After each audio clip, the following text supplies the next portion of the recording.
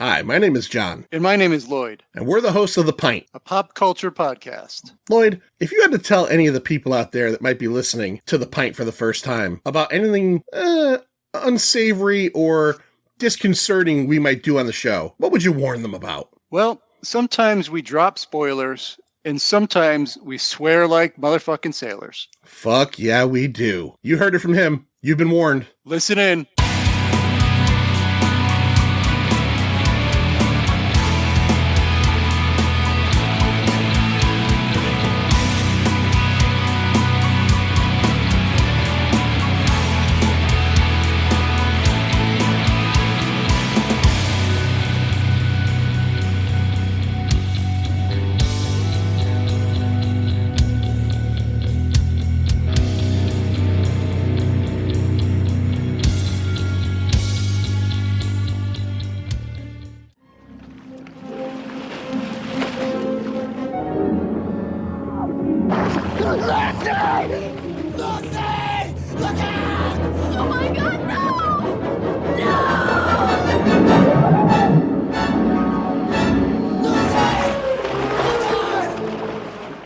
Welcome to a brand new episode of The Pint. My name is John. My name is Lloyd. Happy 4th of July week. And we're here with a movie that just screams 4th of July. Well, the first film screams 4th of July, but I guess by osmosis, this one does too. We are here to talk about Jaws 2. Bum, bum. Bum, bum. Bum, bum, bum, bum, bum, bum, bum, bum.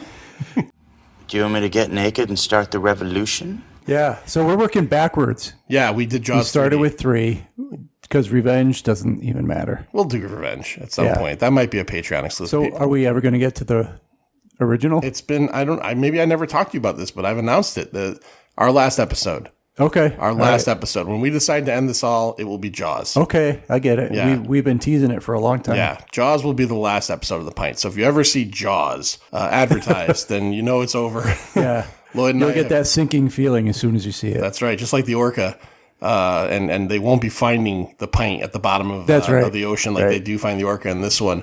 All right, so let's get into Jaws 2. Now, before I get into the production of Jaws 2, I've got to talk about the stalled production of Jaws 2, because there's a real history here. So, after the giant success of Jaws, obviously Universal and the producers wanted to make a sequel. Jaws, as we know, spawned the summer blockbuster, right? The OG summer blockbuster. And of course, when a movie makes that much money, even in 1978, that means sequel, or 1975, that means sequel right off the bat. They wanted Steven Spielberg to direct it. And Spielberg basically said, right after Jaws came out, he had such a terrible time on Jaws, and he felt the movie ended up being so successful and so good that he didn't think he could replicate it. And he didn't want to deal with it again. So he said no. There's no reason to come back. No reason. No. He had already moved on to Close Encounters, other things. So Universal said, okay, we're going to commission a script and we're going to hire a different director to do this thing. Now, the original idea with the original script commission was going to be the story of the Indianapolis. The story that Quint tells, the World War II, the sub the boat that delivered the bomb that was sunk by a sub, and all the shark attacks. That was the original idea. They ended up saying, people don't want to see that. They want to go back to Amity Island. They want to get the same vibe as the first movie. They commissioned a script to be written. In the script that was written initially for Jaws 2, the first shooting script, here are some of the things that were involved in it.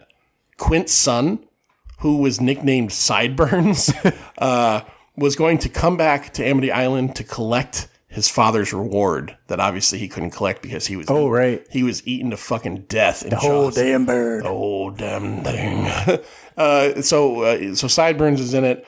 And then there is a mafia sub-story, which is actually in the original Jaws novel. I read Jaws as a kid because I love the movie. The Jaws novel is, I think everybody should check it out, but it is not nearly as exciting as the movie. Like everybody thinks of Jaws and thinks about the ending of the film with Brody, on the mast and shooting at the oxygen tank.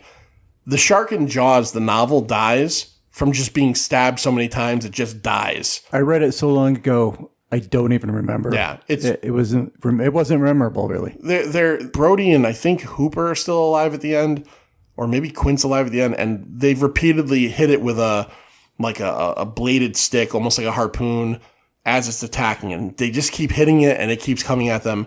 And then at the very end, it's just about to eat Brody. It's got him cornered, and he closes his eyes.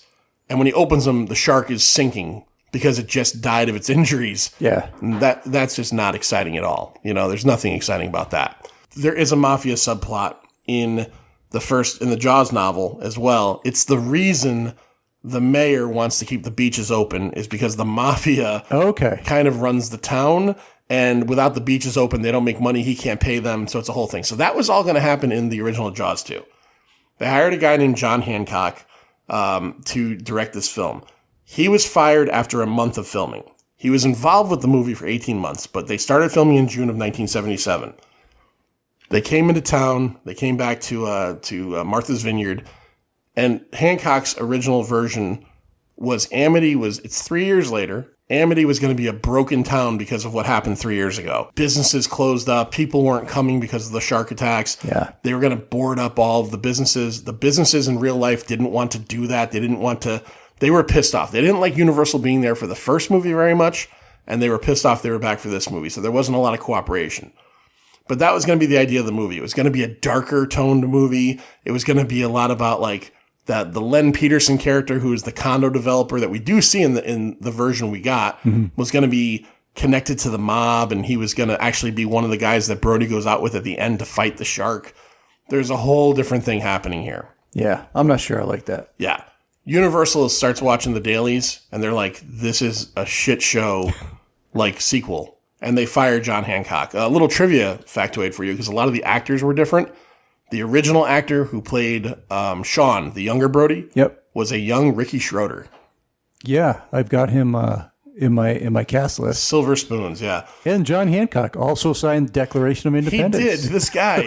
This guy signed the founding father of America and fired from Jaws 2. Right. So they get rid of him. So after they get rid of him, they have to reconvene and figure out what they're going to do. They contact Spielberg again. And over the bicentennial weekend of 1976. I remember that. Do you remember that weekend? I was a year old. I was 8 months old, 9 months old. No, I was 10. I totally remember that. I bet you do. Yeah. I bet you do. You probably wore like short jean shorts back then, I bet. Yeah, cut off shorts with the little white like frayed ends. I knew you did. So Spielberg hammers out a screenplay in a weekend's time. And the screenplay is again going to be about the Indianapolis. He wants to do this. But his contract and his commitment to Close Encounters of the Third Kind won't allow him to do more than write it. He cannot direct it. And Universal's like, if you can't direct this story, we don't want to do that story. So we're going to recommission somebody to rewrite the original script and do something close to that so we could start much closer. So there you go. That's kind of what you get. Filmed originally in the entire month of June 1977. That's the whole month where they ended up throwing everything out. There are 2 shots in this movie that are John Hancock shots. The shot where the shark comes into harbor and you see the fin come up and come down. It's the first shot of the shark. The scene where the kid is parasailing. He's whatever he's doing, parasailing, but I don't know, having like on a merry-go-round. Dip diving into the water. Yeah. That was John Hancock as well. So let's get into the actual production of this film, the real film that we've seen. Jaws 2, June 16th, 1978, directed by a Frenchman named Jean Schwack. He went on to direct Supergirl, Santa Claus the movie, and Somewhere in Time. He was also a pretty big television director. He did episodes of Supernatural, Fringe, Smallville, obviously up until the last couple years. The original screenplay was written by Howard Sackler. His original pitch was the USS Indianapolis. He did an uncredited rewrite on the first Jaws screenplay, and he also wrote the first Stanley Kubrick movie ever made called Fear and Desire. Okay, so he is the original screenplay writer. When they had to change things up, they brought Carl Gottlieb in. Carl Gottlieb is the screenwriter of Jaws. He's also the screenwriter of Jaws 3D, so don't get too excited. And really The Jerk. He wrote The Jerk with Steve Martin and another guy, yeah. Nice. Yeah, so that's... All I need is this paddle toy. That's his paddle toy. And this remote control, and that's all I need. I love that movie. Yeah, it's I so love that good. movie. Navin R. Johnston. That sounds like a real asshole. Yeah. He lives on I don't even remember what it is, 113 and an 8th, whatever street. Yeah. Yeah, he lives in a closet. Yeah. So essentially, they bring Schwark in, and we get the movie that we end up seeing, the film that we end up seeing. So if you're interested too, there is a book out there that I actually got a couple years ago from the author. I wish I had written it down. It's just go on Amazon.com or any bookseller and just look up the making of Jaws 2. There's a pretty good book that really gets deep into it and has a lot of still pictures. There's people are always like, well, why can't we see the footage? All destroyed. Except for the 2 shots that made it in the movie, everything is gone. Damn. But there's some still pictures. There's some of Ricky Schroeder as Sean.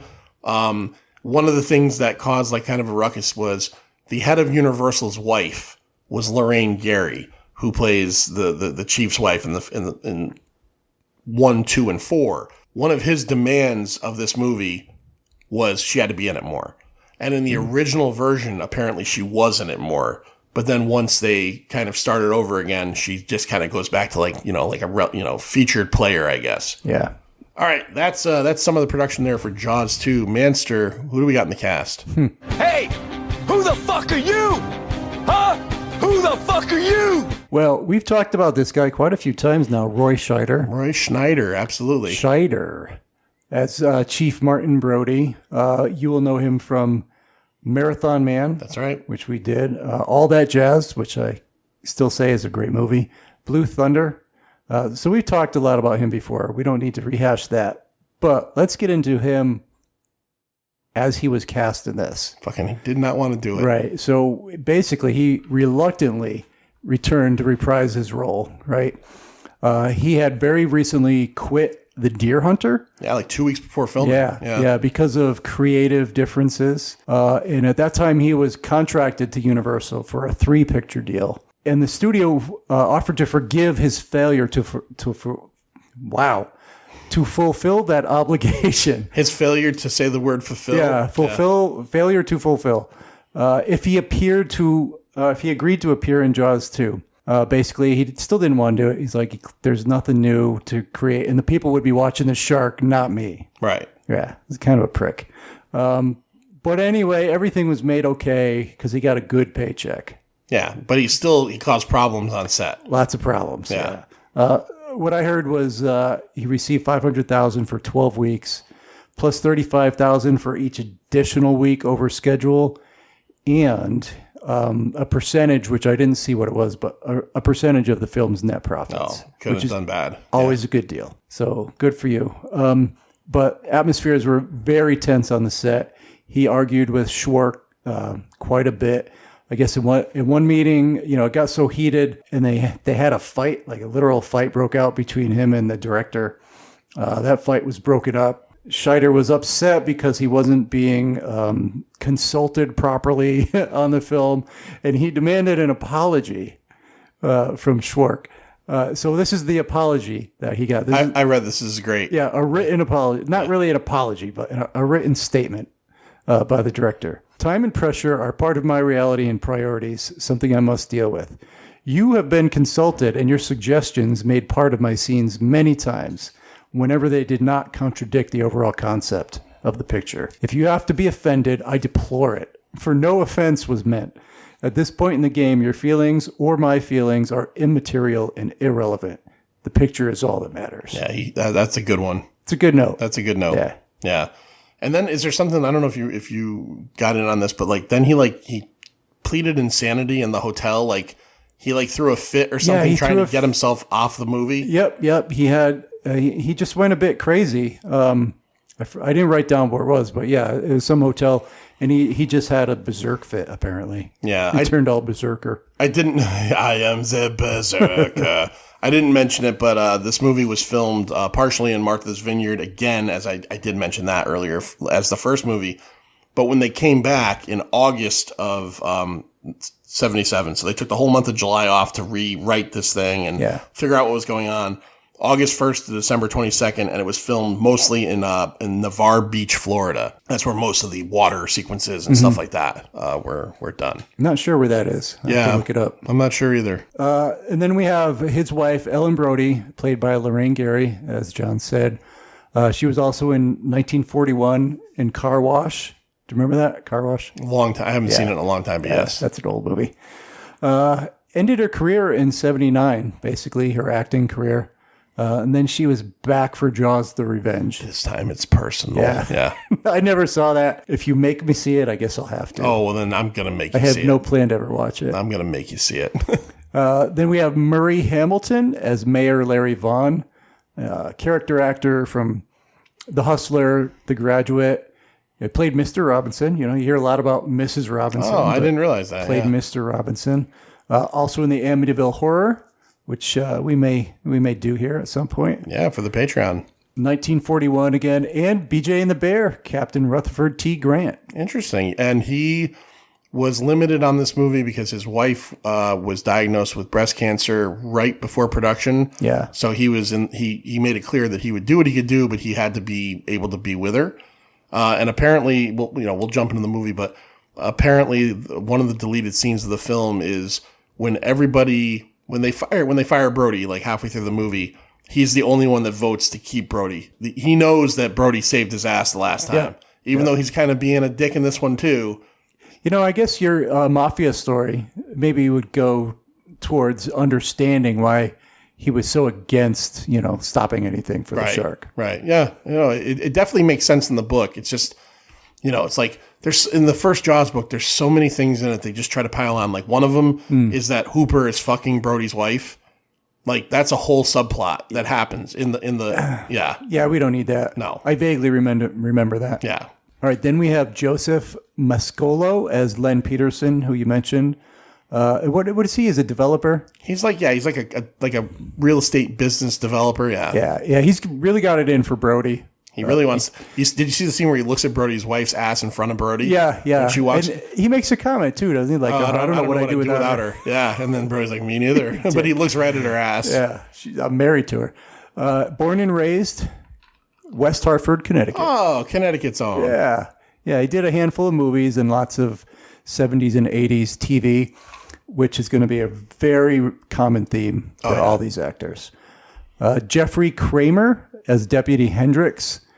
Also, lots of 70s and 80s TV shows. Barney Miller, Beretta, MASH, Happy Days. Also was in Halloween 2. Yes, he was. And he's a holdover from the first movie. Yep. His character's name in the first movie is Lenny Hendricks. They call him Lenny or Len in the first movie. In this movie, in the same scene, both Roy Scheider and Lorraine Gary, the scene where Scheider's drunk and he's over the house and comes over, they both call him Jeff. Really? Now, either they both made a mistake or the writers didn't remember that his character's name was Lenny. Yeah. But it is certainly either a big mistake or a retrofit of some sort. But he calls him Jeff when he's pinning the badge on him and tell him, you're going to make a great... and then when he leaves, Mrs. Brody says, oh, see you later, Jeff. No continuity checks on this one. Wow. Then you have Anne Dusenberry as Tina Wilcox. Yeah.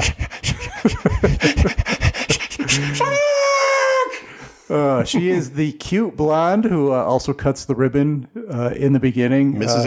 Amity. Yep, Mrs. Amity. Miss Amity. She has the boyfriend Eddie. And again, a dozen films and a bunch of TV shows. Do you want to know something super interesting about her?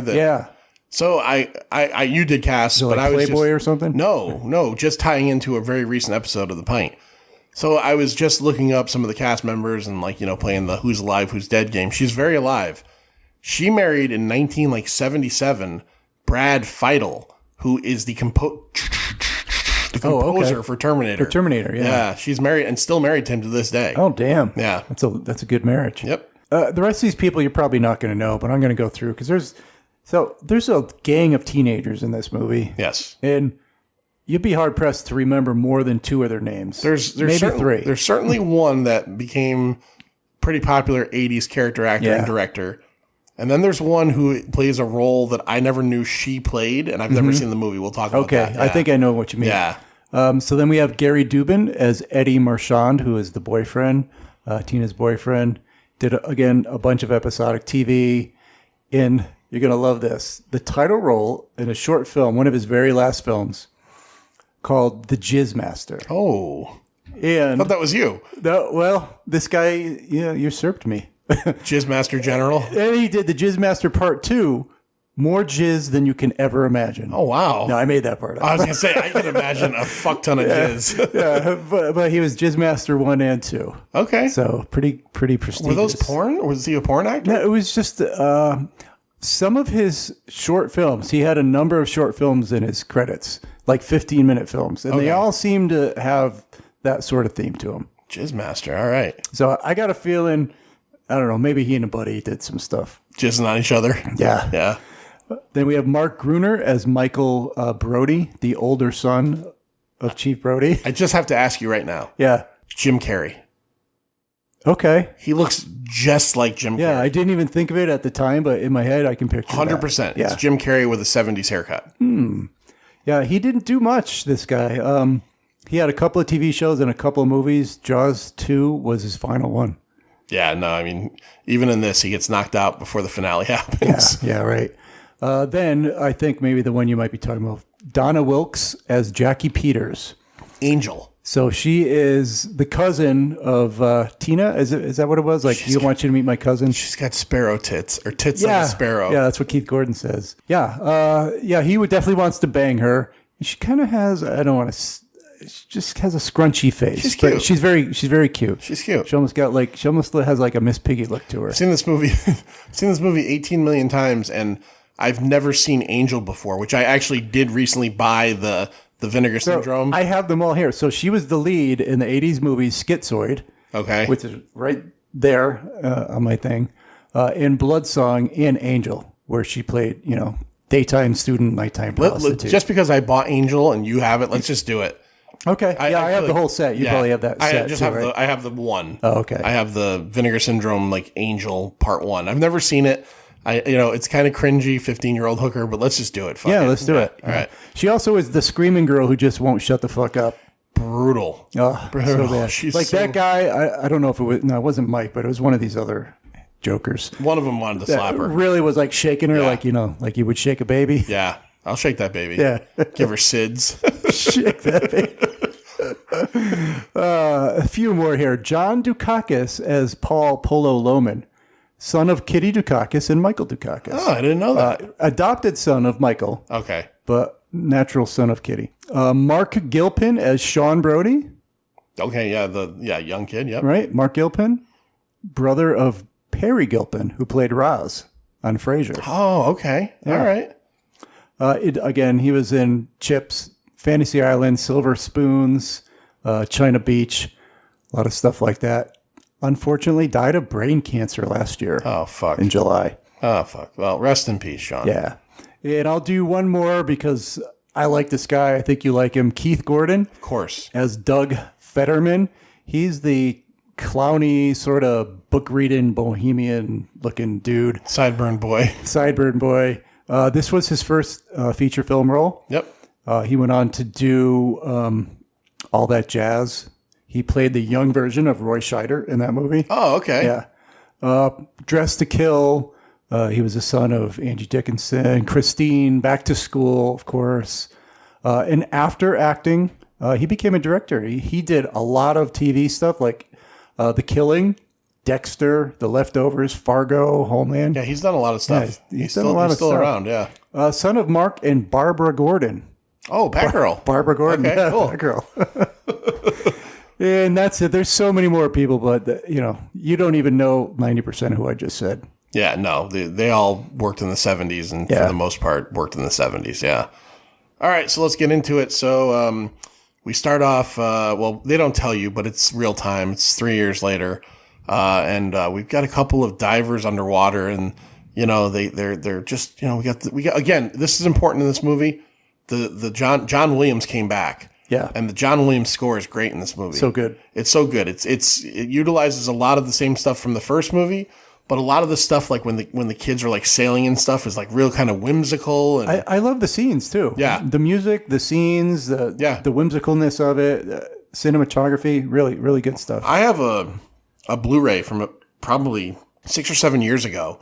Nothing special, but I watched this last night, and on my TV, HD TV, this Blu-ray, it looked crisp, man. This 1978 movie looked fucking good. Yeah, I got it. I almost bought it a few years ago, and they put out a special edition. No, I just rented it on whatever Fandango at home, and it looked pretty crappy. Okay, mine looked good. So so these two guys are diving, taking pictures, and they come upon a boat wreck. What boat is it, mister? It is the Orca. That's right. The boat from the first film on the bottom of the ocean. We see. So they were really far out, right? I would. It seemed like they were pretty close to, but who knows? I got a question. So I'm going to skip ahead because it has to do with this scene. So one of the guys has a camera, and he drops it for a reason. Right. They find the camera later, and they bring it to Brody and tell him we found the camera. Why didn't they say we also found the Orca? Because there's no way. That's right. They didn't say that. Because the boat, the two guys' boat was anchored at the top of the water, which means it didn't move, or at least if it shifted at all, the anchor wouldn't have let it gone that far. I guess. I don't know a lot about boats. No, I wouldn't go that far. So they said when they went to go looking for the divers, they went to the boat and went down. They give Brody, how do you miss that boat? How do you miss the Orca? So you'd think it would be like a line of dialogue. It's like, guess what, Chief? We found this boat. We found this this camera. Then it would have had to become a plot point. Yeah. So they just said, fuck it. Just even like a line like, no one will even notice. We found Quinn's boat. Like, and then, Brody's just like, whoa, fuck. Yeah, they never mentioned it. So anyways, these two guys are taking pictures when all of a sudden we get a... and why would they be out there looking for these guys? Well, the boat was sitting there. Oh, the abandoned boat. If there was like somebody else on the boat, they would have called in help. Yeah. Yep. So they end up getting attacked by the shark. You in this first scene, you see the shark right away or no? Yeah, in that scene, you hear the music and then in an unseen shark. I guess maybe you see a flash of it or something. Because we see the shark way early in this movie, and Schwark said the reason he did that is because you can't replicate what they did in the first movie. Yep. People aren't going to be surprised by the shark showing up, and going, "Oh my God, it's that!" So he said, it was all about showing the shark more. He took that element of surprise out, right? Right. So these two guys, we got a pretty good scene of like the camera falling and the flash going off and everything. Yep. Then we kind of fast forward over to Island Life, where Brody is still the chief of police. He's just living his life day to day. What's some of the stuff going on? He's still running late. He's going to a grand opening of the Holiday Inn. That's right. There's a Holiday Inn opening that his wife she works for Len Peterson, the developer. She's like his girl Friday, and it's very important to her that Brody show up, and he shows up late as he does with everything. We learn there's some tension between the two of them. In one of the deleted scenes, apparently, Brody earlier in the movie before this gives him a parking ticket for $2, and they get into a fight over it, and he just tells the guy to pay the fucking $2.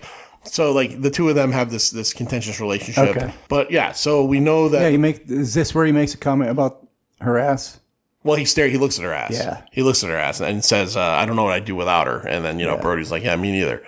Yeah, they cut the ribbon. They cut the ribbon, and the kids are all planning to go party, and Brody's planning to go bang his wife. Yeah, and this is where we kind of meet all the kids we're gonna meet, and they're all they all have their own very movie blank identification. The nerdy kid, the really pretty girl, the girl the new girl in town. They're all there. They're all there. The Afro kid. Everyone's there. Son of the mayor. the heavyset kid. The sort of cute but sort of ugly girl who wants to hook up with the other guy. Yes. The heavyset kid with the curly hair that looks like he's 38. Yeah. The kid with the green baseball shirt who does not look like he's not in their age range. I don't know his name, but I know what you mean. He's not in their age range. Yeah. He's like some 38-year-old guy that hangs out with them. Maybe he's that Paulo guy. Maybe. I have no idea. No, me neither. You didn't call him out, and I don't know what his name is, but do you know that there's the one kid who wears the flat cap and kind of has a long face, looks like Adrian Brody almost? Yes. He survives. Yep. But if you picture him, longer hair, that actor was hired initially to play Quinn's son. And then sideburns. And then when the movie shift, they didn't fire him. They just gave him another role. Okay. which kind of sucks because he probably seemed to be like almost a lead role in the first version. And he's just got some generic teenage now role. he's just Jizz Master in the in the other one. So that's basically it. Eventually, we find out that they find this camera. I'm trying to think where do we start where Brody starts to realize there's something sharky happening? Is it with? I think they tell him the camera is found, but they haven't developed any film yet. But then there's a lot of hijinks, with the kids in the boats in the water, and it's fun to watch. Right. And then we get the water skiing scene. And it's after that Brody's. Yes, because after the water skiing scene, we get the orca scene, or the actual whale scene, I should say. Okay, so the water skiing scene's pretty great, I think. I think it's pretty good. Woman on a boat, pulling her, daughter or whoever on water skis, and just zipping around. We got the John Williams music. Did you ever water ski? No. I did it once. Yeah. I was pretty unstable. I just kept wanting to lift my hands up above my head for some reason. Yeah. And they said, whatever you do, don't lift your hands up high. Just whatever you do, don't do that. Balance. Yeah. This girl's good. She's good. We get a good shot of the shark following her. Like the shot of the skis underwater is pretty good. She gets taken down, obviously eaten by the shark. The woman figures it out. Well, doesn't figure the shark out, but she turns the boat around to see what's going on. Yeah, she's going to see what's going on. She's going to see what's going on. On the other side, I believe. On the shore, there's an old lady watching from her porch. Right. This scene I kind of find hilarious because she's in I didn't write her down, but she's just elderly woman. Elderly woman in the cast list. Yeah, elderly woman behind the counter in a small town. Yeah. I seem to recognize your face. Memories like bitterness. Slowly you wouldn't recall because I know her. I'll just let you take because I don't know where you're going with each line. Yeah, I don't even know what he says. It's not Yellow Ledbetter, but I don't know what he says. So the woman's watching, and this other woman goes to turn around. This is insane because as she's going to see where the water skier goes, her boat gets rammed by the shark. So she sees the shark. The shark breaks through the hull of the boat. Yep. She has a full tank of gas on the boat, but Manster, the way she lifts it, like what was she thinking? She lifts it over her head with the nozzle facing down. When she tries to throw it at him? She douses herself. I think she's going to throw it at him. Yeah. Or she's going to try to douse him, but she doesn't hold it funnel side up. Right. And she just covers herself in fucking gas. Yeah, it's ridiculous. And then she finds a nice flare gun. You're covered in gas. And nothing goes better than a flare gun and, your body being covered. It's like chocolate and peanut butter. It's like chocolate and peanut. It's like your body doused in fucking fuel and a flare gun. She blasts the shark, right? Yep. And then her and the shark are set on fire. Now, this gives the shark its characteristic look in this film. Which is pretty cool. Pretty cool. Fucking all burnt up. Yeah. So he's got a charred face plus like teeth marks from the orca. From the orca or something, like scratches or something. Yeah. And then her and the boat and the shark. Well, the shark survives, but everything blows up. The woman gets up. Nice blow up scene too. It is. It's a real good explosion. Like that old woman gets up. She's like, is that what you call those explosions? I just call them blow up scenes. Blow up scenes. Jizz Master. Big explosion, big blow up scene. Woman sees it, and eventually Brody and Chief, not Chief, Jeff, aka Lenny, come to check it out. Now, also, the Dusenberry character there and her boyfriend Jizz Master, they're fucking around on the lighthouse beach, and they start. Here's a question: they start in the lighthouse. Because the first part of the scene is them coming out of the lighthouse and him chasing her. Oh, yeah. How the fuck did they not see that whale on the beach 200 yards away? God only knows. They run into and start screaming because there's a dead orca, a killer whale. Slightly before that, I think we see the power line, a little foreshadowing. Remember they run across the power line? What are the police? This power line in this ocean? Yeah. This power line is found accidentally twice. Yeah. Yeah. So Lenny and the old man in the sea go out and they're looking for, I think they're looking for something. I can't remember what it is, but they use like a winch and some cable and some hooks, and they pull a giant power cable up from the water. Yeah. And the guy's like, no, put it back. You're going to knock out all the power. So this is like a transatlantic cable that goes underwater. Fine. Remember that for the end of the movie. Just remember it. Remember that. Now we get... And don't forget, too, Brody's house.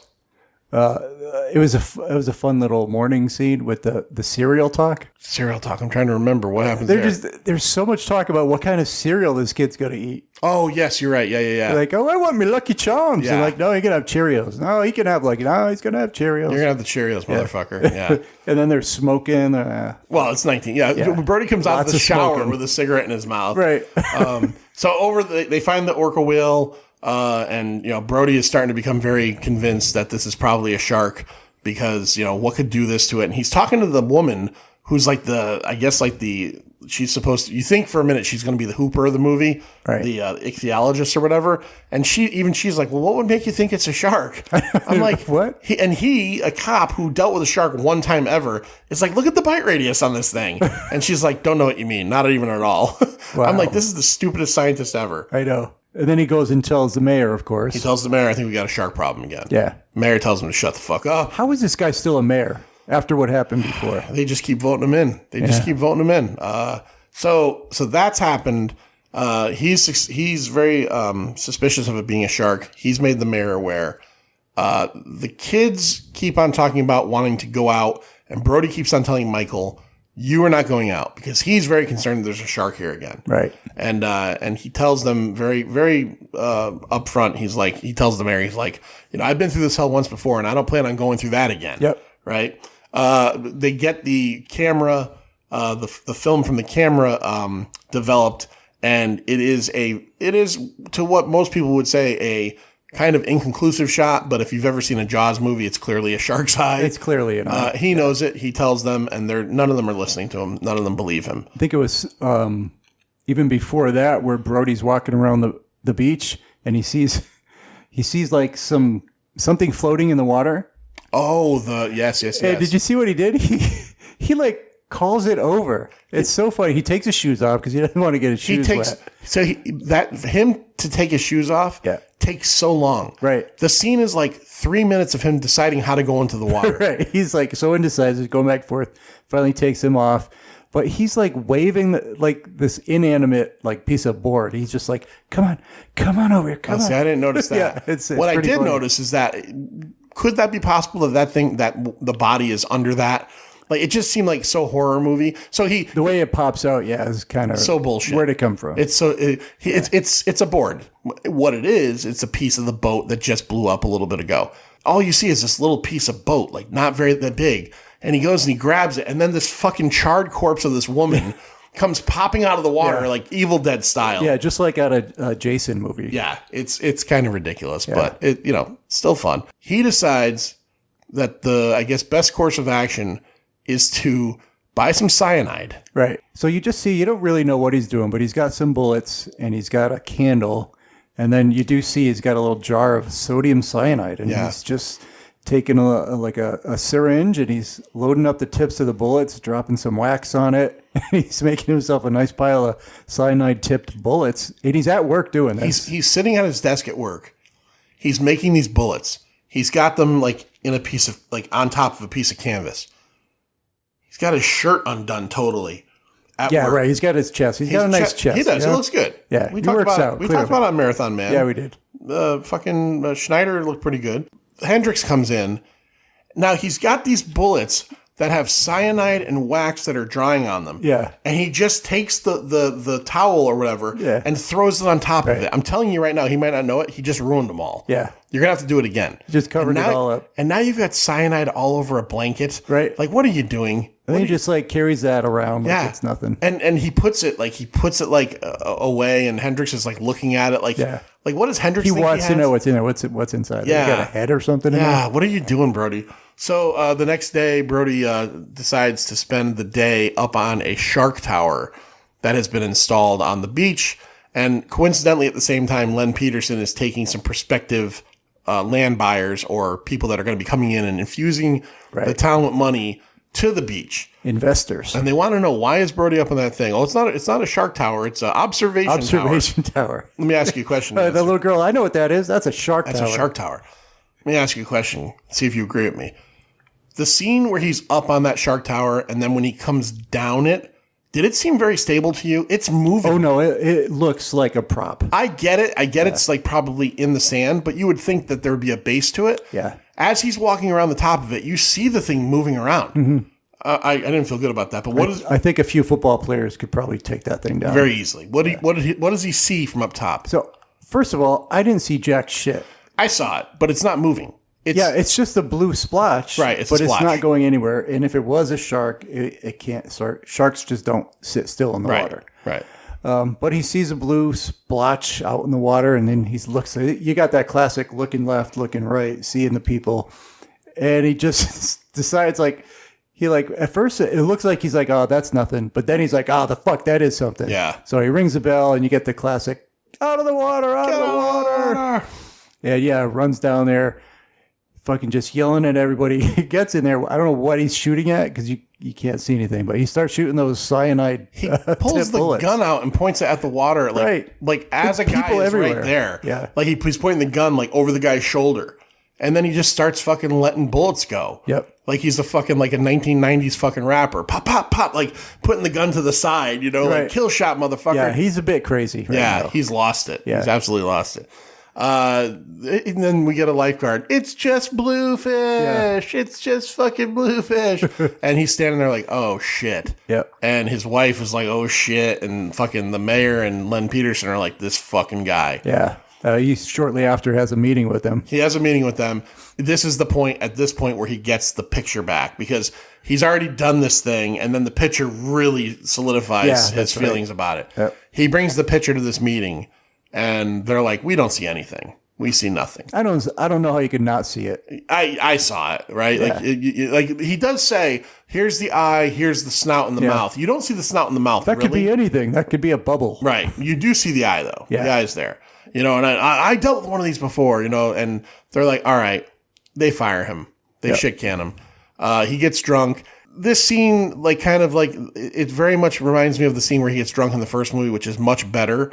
When he goes home and Hooper comes over for dinner, and it's not as clever. They have Hendrix there, but something about the scene that I want to bring up because I've seen this movie a million times. I did not notice this until the last time I saw this movie, probably 3 or 4 years ago, 5 years ago maybe. Okay. Because I had read it somewhere. I had never noticed this before, and it's fairly obvious. So what you're on his way home, you mean? When he goes home and he looks and he parks, he walks into the house. Yeah. Do you see what he's looking at? He looks at a yellow planter, which I believe is a buoy from... It's the barrel that he swam back in. Oh, the barrel he swam with. Him and Hooper swam back in on barrels at the end of Jaws. Yep. It's the barrel from the orca that they have made into a planter. Right.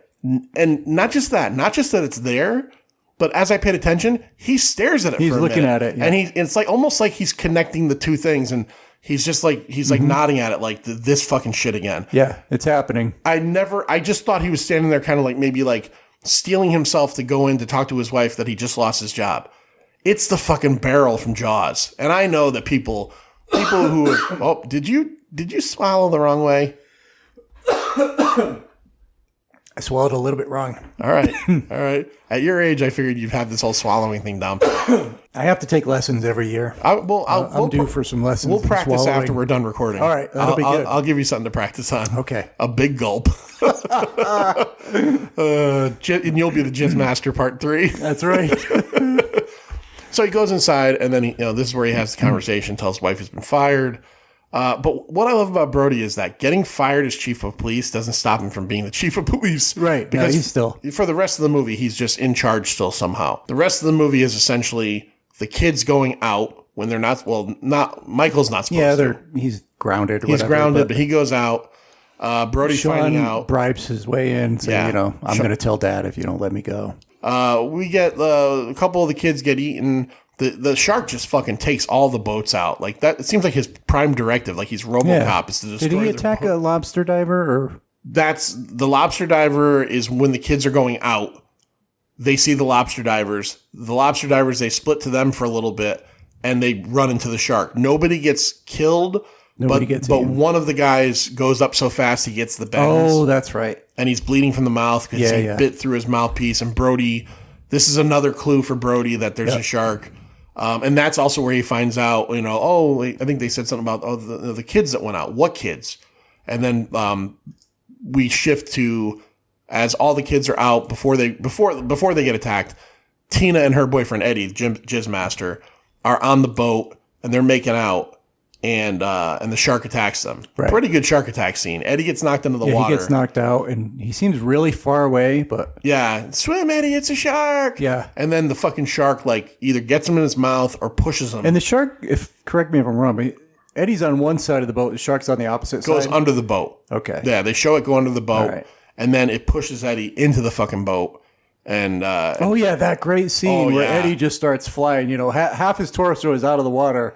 And he's moving at like 50 knots. He hits it fucking hard. Tina tries to help him in, and then the shark just eats him. Big blood fucking splurge in the water. It's a good scene. It is a good scene. Yeah. Brody and his wife and Hendrix go out because they know the kids are out there. They find Tina in the boat. This is where she goes, shark. Now, is that real? I mean, is that how people act? I don't know. Shock is a real thing. Shock is a real fucking thing. Yeah. But now Brody knows that the kids are out there, and Sean is out there as well. Meanwhile, as they're getting attacked, crazy shit's happening left and right. The shark attacks and hits a boat. Mike gets knocked out, fucking hits his head, gets knocked out. All the other boats end up together somehow. The kids bind them together because their boats are all handicapped some way or another by the shark. It right. Every one of them eats the sail on one of them, rips through the sail. It's pretty good. All those scenes I think are done the shark really attack well. Scenes are good. And the Mike scene when he's just floating, unconscious in the water, and the shark comes. Now, you really don't know if he's going to make it or not. No, you don't. Right? There's a good bit of suspense there. He is a coke addict in the next movie, so he is safe. That's right. That's right. Yeah, Dennis Quaid. We know he's okay. Did you notice it's actually a pretty well-known gaffe, or whatever you want to call it, movie error, that after they pull Mike into the boat, there's that shot of the shark coming at the camera. It opens its mouth, and it you could see the hydraulic ram. Oh, you could? Inside the shark's mouth. And if you look at the top of the shark's mouth. That's where the teeth go triangular? Yes, it's triangular. Yeah. I did see that. You can actually see the jack, whatever you want to call it, the hydraulic jack that keeps it open. Oh. It's clear in there. Oh, okay. It's very clear. I didn't know about that, so I would have paused it. If you still have it, watch it again and pause it there. It's very clear. But yeah. So they bring Mike, they start to bring Mike back as Brody is heading out to them. Because everybody keeps he knows the kids are out by Cable Junction. Right. Cable Junction in real life. It's just a barge. It was a barge with a fiberglass top put on it, with rocks, and they said it was very slippery, very dangerous. At one point, the Jeanette Schwark was called in the middle of the night because it came undone from its moorings and was floating towards Cuba. Oh damn! And they had to go get it. So the kids are towards Cable Junction. Brody is heading out that way. He sees that Mike is okay, but this is the point where Mike tells him that Sean's out there, and he has the dumbest line ever. I mean, I get it. He's a hurt kid. He goes, "It was okay, right? It's okay, right, Dad? No, you brought my 9-year-old son out, and now he's being fucking almost eaten by a shark.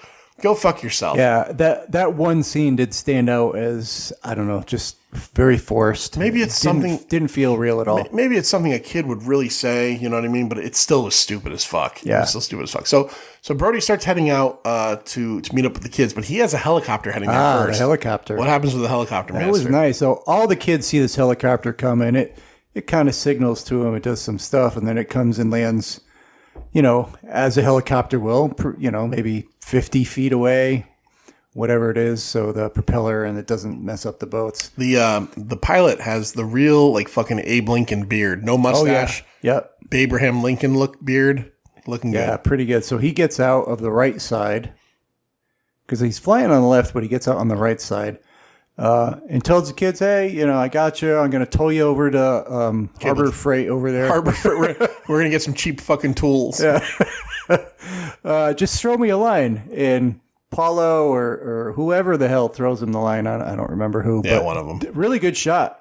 I mean, right to him. Guy caught it, no problem. Just about every line thrown in this movie is right on. Really good. Yeah, perfect. just like Wonder Woman with the lasso. Wonder Woman. So he starts, rigging it up, and he's going to get in the helicopter and do it. But sure enough, in a great scene, another good scene, kind of similar to the chum scene in Jaws. Yeah. Where the shark comes up and bites the, whatever you call the bottom of the ski part pontoon. of the pontoon. I love it. Yeah. Pontoon. And takes that fucking helicopter down, upside down in the water. Really good scene as well. And that dude's just upside down in helicopter underwater. And as the blades hit the water, like they shred. Yeah. And they start flying. Nobody gets killed, but they start flying through the fucking, through the rest of the sails and everything.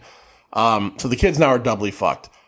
In the ABC or CBS TV version from the 70s, and you can see this, you can find them online. There is an extended scene where the shark attacks the helicopter pilot underwater. Oh, okay. I don't remember if it eats him or if he gets away. I don't remember that, but there's versions of this movie where there's an extra, made the TV version has that extra scene in it. Okay, cool. So now the kids they realize that they're floating the wrong way from Cable Junction, but they got to try to get over.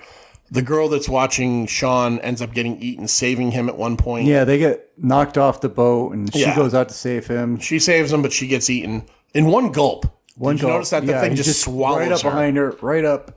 Blah. Whoop, swallows her right up. I have to say the movie poster, with the water skiing girl and the shark, it's basically the exact same shark from the first movie poster. Yes, but like darker. Only darker and up out of the water now rather than underneath. Good poster. Great poster. I have it. Really good. And actually, that's not the only poster. There's another great one that I think was the cover for the soundtrack album, which is, it's like the first movie. The shark's underwater, and on the top of the water, instead of Susan Bacalini swimming from the first movie, it's Tina's boat with Eddie hanging off of it. Oh, okay. It's very cool. And let's not even not mention this. This movie has a couple things. It is, if it's not the first, because I've read conflicting reports of this, it is one of, if not the first, Hollywood movie to use the number 2, not Roman numeral 2, number 2, number 2 in a film as a sequel, and no denying, probably the best tagline of all time. Just when you thought it was safe to go back in the water. Yeah. It has been parodied. So good. It has been, but it's also awesome, right? Like just when you thought it was safe. It's incredible. Yep. Incredible. So the kids are trying to get to the Cable Junction. Brody is approaching, so they think they're going to be rescued again. They see Brody, and he's coming, and might as well just fast forward to the end of this part, because it's just more of the same. Yeah, this is the end. They get stuck on the rocks, but they all start to get off, and in the panic, they start to get off and try to get to Cable Junction. Brody, screamer girl is screaming. She's screaming guts the fuck out. Oh, she's man. screaming the fuck out of shit. Brody ends up fucking driving into the Cable Junction as he's trying to rescue them. While he's trying to rescue him, he gets fucked up. But then he comes up with the, hey, throw me a line, which they do again, good throw. And he's like, and then I'm going to use the towing mechanism to push it over to you guys, and then you hook it up to the boats, and I'll pull you over. Yeah. And instead he winches. This scene, what are the odds that this cable gets winched again in a totally different place? Yep. Like the ocean. Wrap your head around how big the ocean is. Wrap your head around that. Well, it's, what is it? Cable Junction. It is Cable Junction. It's a junction of cables. It is Cable Junction, but like you have that glass of water right there right now. Yeah. If I dropped if I dropped like a piece of rice in there, you'd have a hard time finding it in there.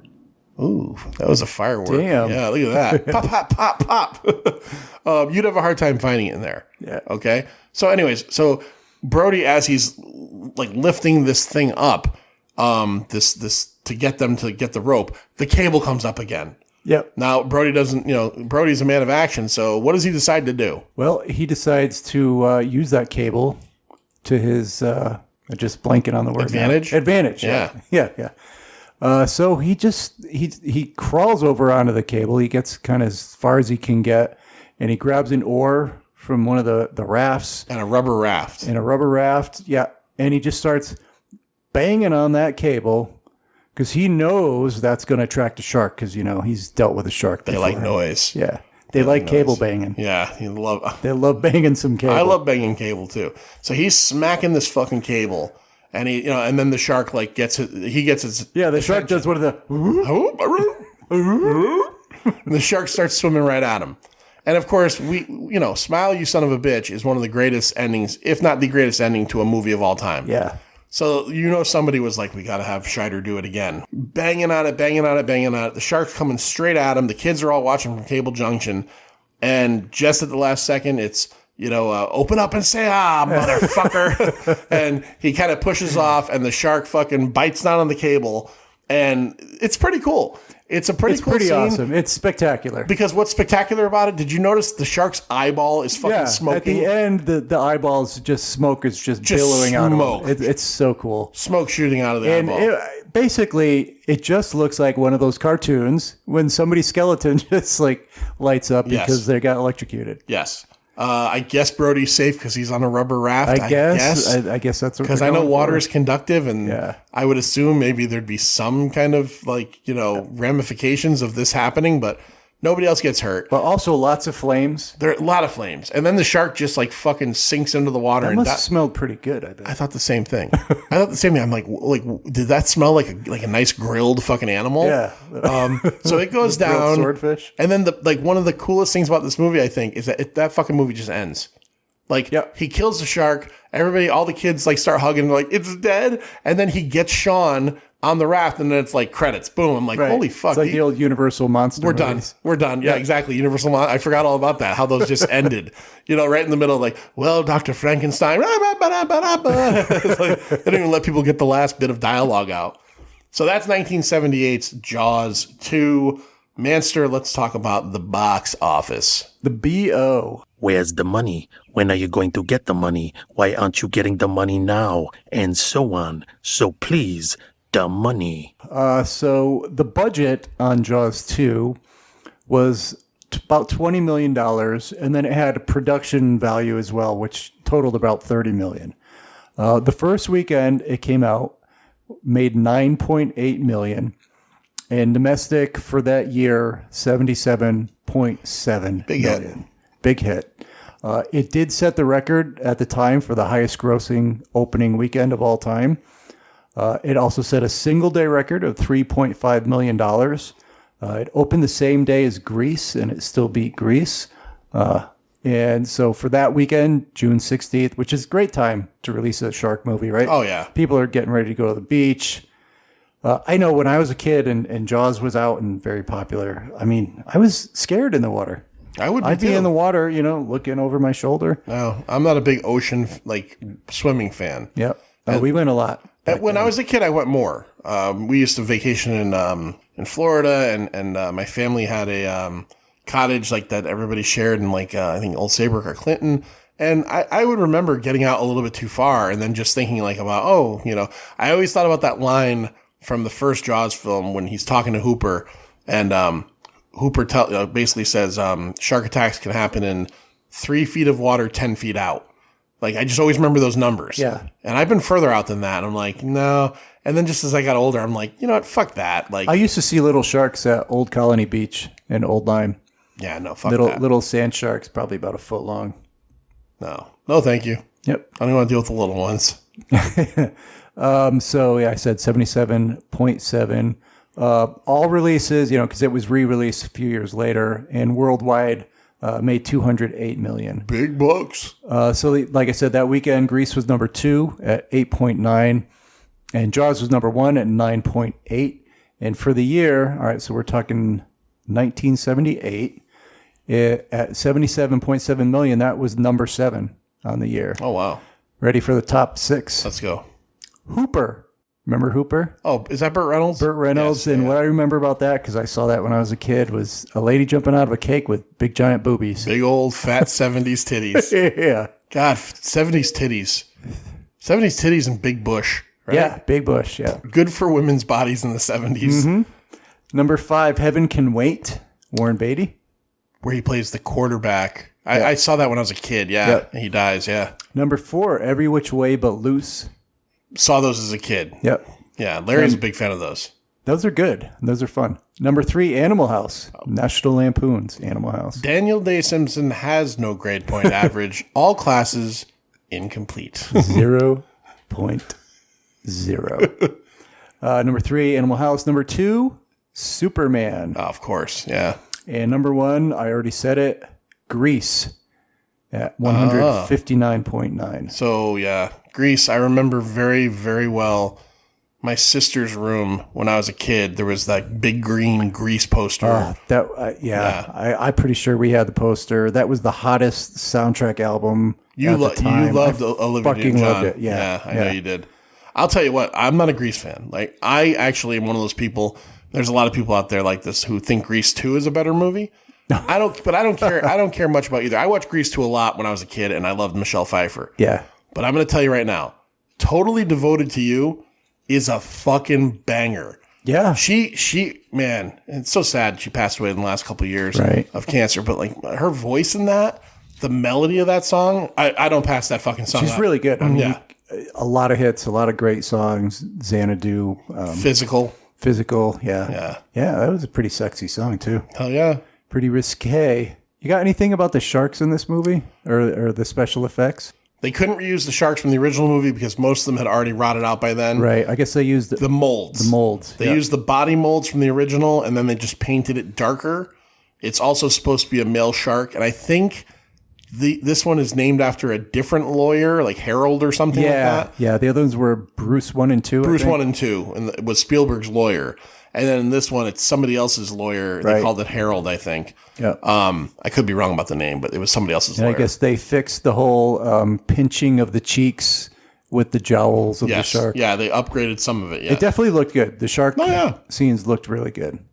Yeah, and all the scenes of live sharks are just either not reused or stuff that wasn't. So that's Ron and Valerie Taylor. They're the couple that film sharks and underwater fish and mammals and stuff. They did all of the scenes in Jaws that used real sharks.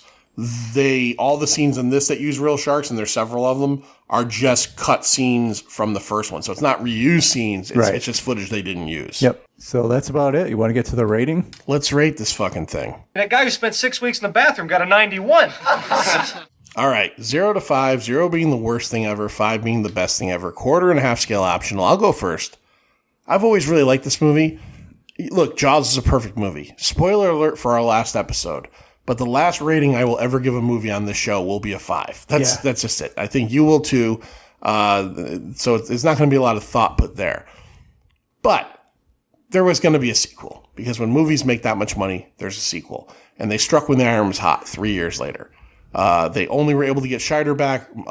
Richard Dreyfuss did not want to come back because Spielberg wasn't going to be directing, and he was also focusing on Close Encounters of the Third Kind. Obviously, Robert Shaw couldn't come back because he was dead as fuck at that point. But they had an idea, and they put this thing together. I have always enjoyed this movie because I'm not going to sit here and go, well, it's not as good as Jaws. No fucking shit. 90% of the sequels out there in the world are not as good as the movie that they followed. And that's especially true when the movie you follow is the greatest movie of all time, in my humble opinion. Right. When I sit down and watch Jaws 2, I still have a good time. Roy Scheider is a big part of that, because even though he caused issues on set and he was kind of a baby about the whole thing, it doesn't affect his performance. He still is Brody in this movie. You're right. It kind of turns into like a slasher at the end. It almost is like maybe the prototypical slasher, like teenagers in trouble. No, it totally is. Right? But some of the shark attack scenes are really good. The water skiing scene is really great. The Tina and Jizzmaster scene is really fucking good. And some of the stuff that happens at the end is really good. As goofy and fucking stupid as the cable thing is, it still is fucking memorable and cool. It's really good, yeah. It's still memorable and cool. But like when it comes down to it, I do really enjoy this movie. But like, just being honest, watching it this time and doing it for the first time ever in a critical fashion, it definitely, it's kind of slow in a lot of parts. There's some of the scenes where you're getting to know the kids. It's like, well, I don't even know these kids. I don't even know that this girl has tits like a sparrow. Right. Like, we're not getting that involved with them anyway. That kind of hinders it a little bit. Obviously it can't be a 5. But as an enjoyable film that I like to watch, I'm gonna go probably a little bit higher than what you might think. I'm gonna give it a 3.5. I enjoyed this movie. Okay. I think it's well made. I think the shark attack stuff is good. I think, like you were saying, you were watching a list movie or a list online somewhere or something about like top 10 shark movies, and it's in there. It is, and I bet you 3 and Revenge aren't, because they're not good at all. Yeah, they were nowhere near the top of that list. There was 4 Jaws movies, and this was the last semblance of one that was passable and or good. Yeah. So I'm going to go 3.5. I enjoy this movie. A lot of fun. Get the Blu-ray because it looks really crisp for a 70s film. And I also kind of like movies that have like the stories behind them. Like I said, there is a history behind this movie. Original director fired, scripts redone over and over again. So 3.5 for me. Yeah, I think that's a good score. For an unnecessary sequel, which totally became necessary because of the money that it made. Right. It's pretty entertaining. It does deliver some good shark effects that they couldn't manage in the original because of lots of technical difficulties. But obviously, the tension and the suspense of the original, you just can't remake that. No. So it's just not matched. It does try to give you suspenseful moments, but you're just not going to match it.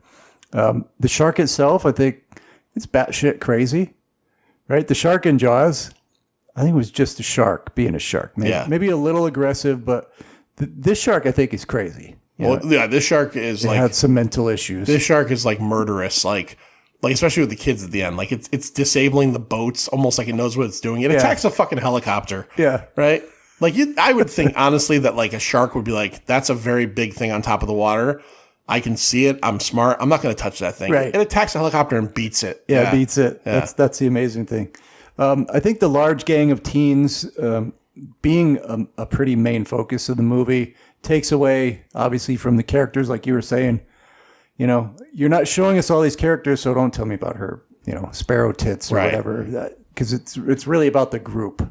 So I think that just takes away some of the drama that it could have had, especially when you think of, you had the 3 main guys in Jaws. And that was such a good, tight group and such great characters. 3 great leads, and basically. You cared about them. Yeah. You kind of root for the shark a little bit in this one. Oh, yeah. When those kids are all together, you're like, yeah, I wouldn't mind if you got 1 or 2. Yeah, and you hope that they do, because that's part of the thing about these movies is, sure, I want Brody to win in the end, but sure, eat fucking Alex Kintner, it's okay, I want to see the little kid get fucking eaten on the raft, And then also what I like is that it doesn't fail miserably.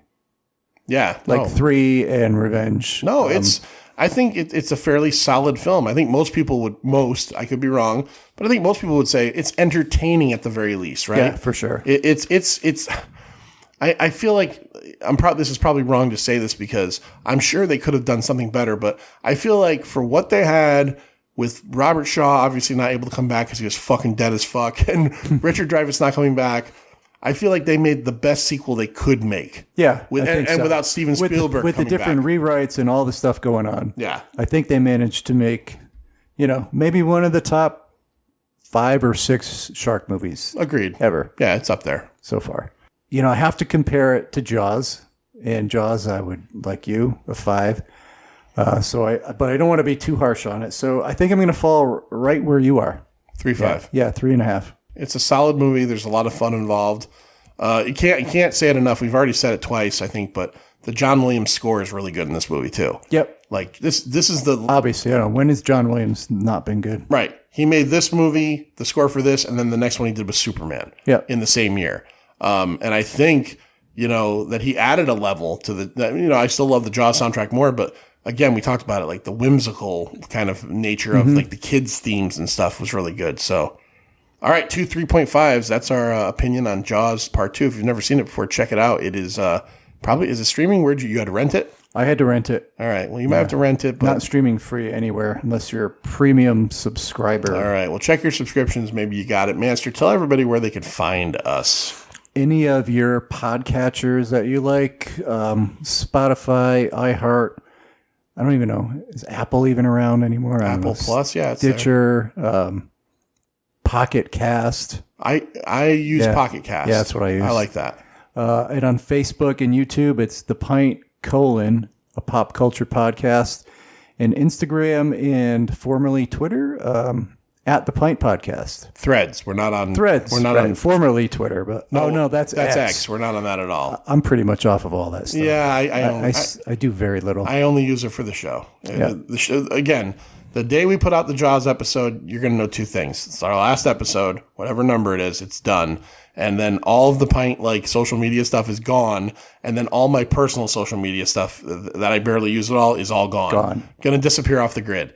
And You're an unperson. I'm going to unperson myself. And then maybe me and you can finally go live together somewhere. Yeah, right. We find our broke back somewhere. We'll find a mountain up there and I'll fucking attack you in the tent.